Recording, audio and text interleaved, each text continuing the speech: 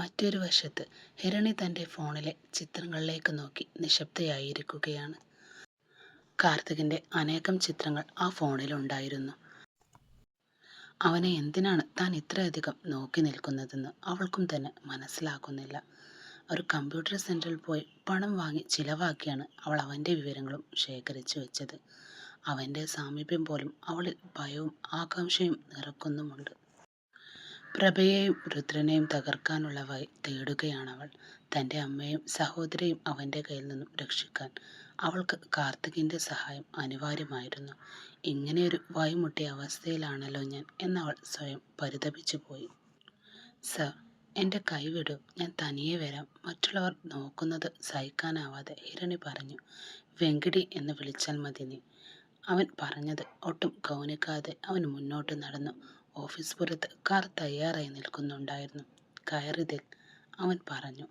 അവനെ വിചിത്രമായി ഒന്ന് നോക്കിക്കൊണ്ട് ഹിരണി പറഞ്ഞു. വേണ്ട, സാരമില്ല, എനിക്ക് ലിഫ്റ്റ് വേണ്ട, ഞാൻ ബസ്സിൽ പോയിക്കോളാം. കുറച്ച് പേടിയോടെയും എന്നാൽ മടിയോടെയും ഹിരണി കാറിനുള്ളിലിരുന്നു.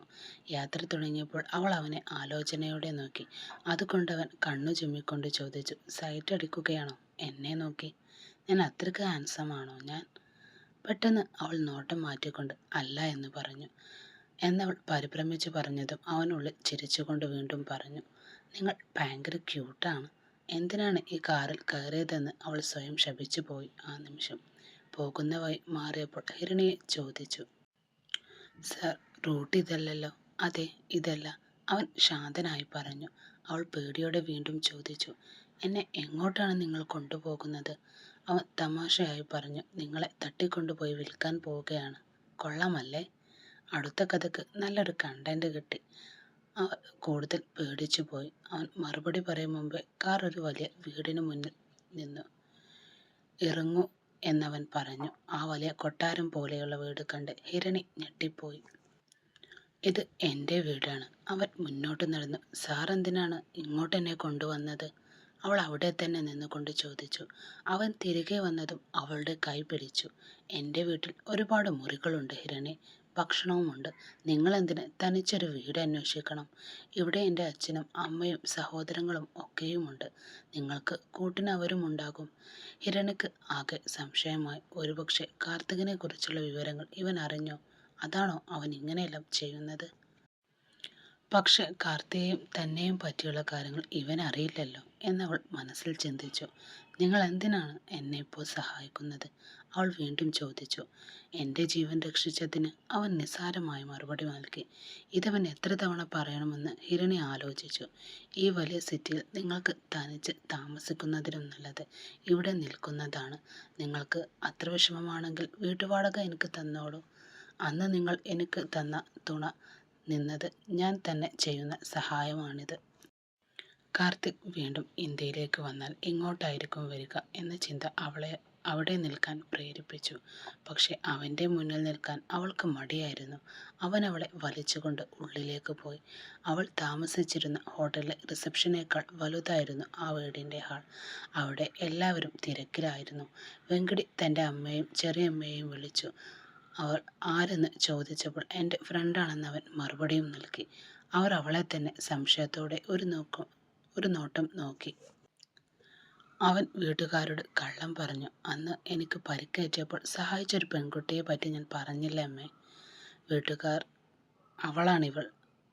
പിന്നെ വീട്ടുകാർ നിർബന്ധിച്ച് കല്യാണം കഴിപ്പിക്കാൻ നോക്കിയപ്പോൾ പേടിച്ച് ഒളിച്ചോടി വന്നതാണ്. നമ്മുടെ ഓഫീസിലാണ് ജോലി ചെയ്യുന്നതും. എവിടെയെങ്കിലും വാടകയ്ക്ക് വീട് കിട്ടുമോ എന്നവൾ എന്നോട് ചോദിച്ചു. അതുകൊണ്ടാണ് ഞാൻ അവളെ ഇങ്ങോട്ട് കൂട്ടിക്കൊണ്ടുവന്നത്. ഹിരണി അവൻ്റെ കള്ളം കേട്ട് അത്ഭുതപ്പെട്ട് അവനെ നോക്കി. ഒളിച്ചോടുവന്ന് എന്ന് കേട്ടപ്പോൾ അവളുടെ മുന്നിൽ ആദ്യം വന്നത് രുദ്രൻ്റെ മുഖമായിരുന്നു. കാണാൻ നല്ല ലക്ഷണമുള്ള കുട്ടിയാണല്ലോ, വെങ്കിടിയുടെ അമ്മ പറഞ്ഞു എന്ന് പറഞ്ഞ് ഹിരണി അവർ അടുത്തേക്ക് ചെന്ന് നോക്കി.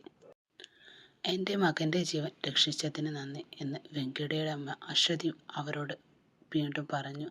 നന്ദി പറഞ്ഞാൽ മാത്രം പോരെന്നും അവൾക്ക് എല്ലാ പിന്തുണയും നൽകണമെന്നും വെങ്കിടി അമ്മയോടായി ആവശ്യപ്പെട്ടു. അവർ അതിന് സമ്മതിച്ചും ചെയ്തു.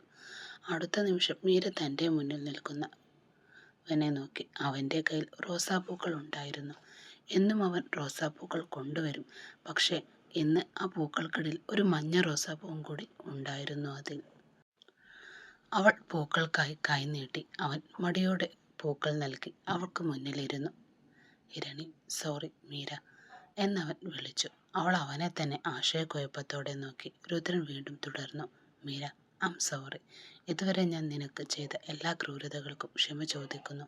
നിനക്കെന്നെ ഇഷ്ടമല്ലെങ്കിൽ നിനക്ക് പോകാം. ഞാൻ നിന്നെ നിർബന്ധിക്കില്ല.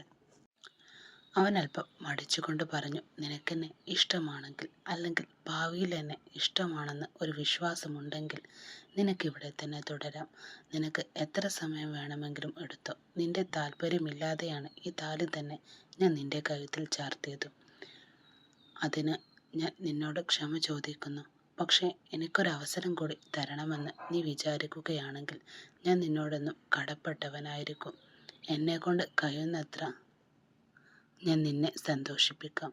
നിന്റെ ചേച്ചിയോട് ഞാൻ ചെയ്ത വഞ്ചനക്ക് പരിഹാരം ചെയ്യാൻ ഞാൻ ആഗ്രഹിക്കുന്നു.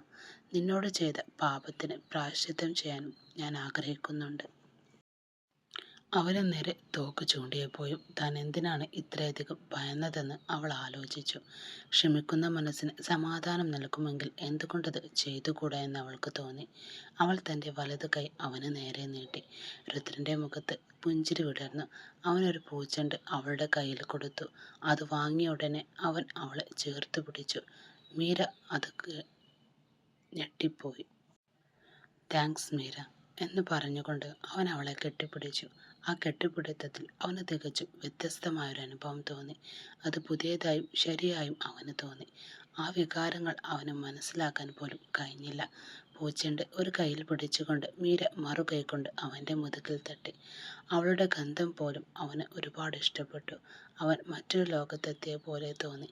അവൻ പതുക്കെ അവളിൽ നിന്ന് അകന്നു. എങ്കിലും അവളുടെ കവിളിൽ അവനൊരു കുഞ്ഞുമ്മ നൽകി. ഊട്ടിമലയിലെ ഒരു തേയിലത്തോട്ടത്തിൽ നടുവിലുള്ള വീടായിരുന്നു അത്. അതിരാവിലെ ആ വീട് കാണാൻ നല്ല ഭംഗിയാണ്. മഞ്ഞ് വീണ തോട്ടം ആസ്വദിച്ചുകൊണ്ട് നിൽക്കുകയാണ് പ്രഭ. ശങ്കർ അവളുടെ അരികിൽ വന്ന് ഒരു കപ്പ് കാപ്പി കുടിച്ചു.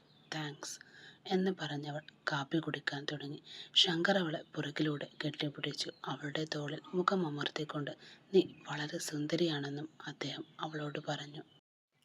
അവൾ പുഞ്ചിരിച്ചുകൊണ്ട് കാപ്പി അദ്ദേഹത്തിൻ്റെ ചുണ്ടുകളോട് ചേർത്തു.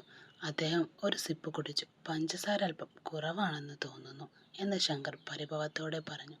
എനിക്ക് പാകത്തിനാണ് എന്ന് പറഞ്ഞ് പ്രഭ വീണ്ടും കുടിച്ചു. നല്ല തണുപ്പുണ്ട് അല്ലേ എന്ന് പറഞ്ഞ് അവളുടെ വയറിലൂടെ ശങ്കർ കൈകൾ ചുറ്റി അദ്ദേഹത്തിൻ്റെ മുഖം അവളുടെ കഴുത്തിലും അമർന്നു.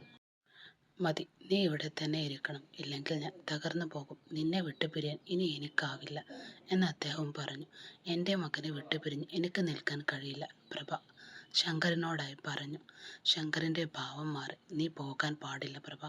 ഇല്ലെങ്കിൽ ഞാൻ തന്നെ അവനെ കൊല്ലും. സത്യമായും എൻ്റെ തോക്കിലെ 6 ബുള്ളറ്റും അവൻ്റെ തലയിലായിരിക്കും ഇറങ്ങുക.